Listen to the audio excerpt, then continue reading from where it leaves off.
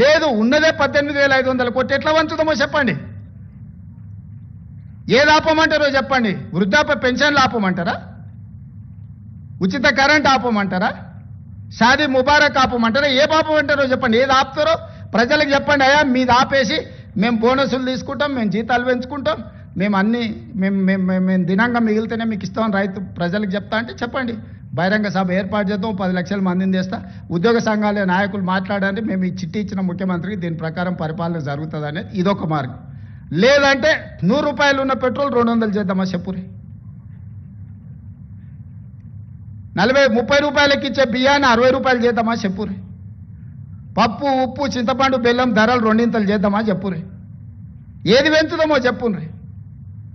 ఎక్కడ ధరలు పెంచుదామో చెప్పుండ్రి. ధరలు పెంచకుండా ఉన్న పథకాలను ఆపకుండా కొత్త కోరికలు నెరవేరవు.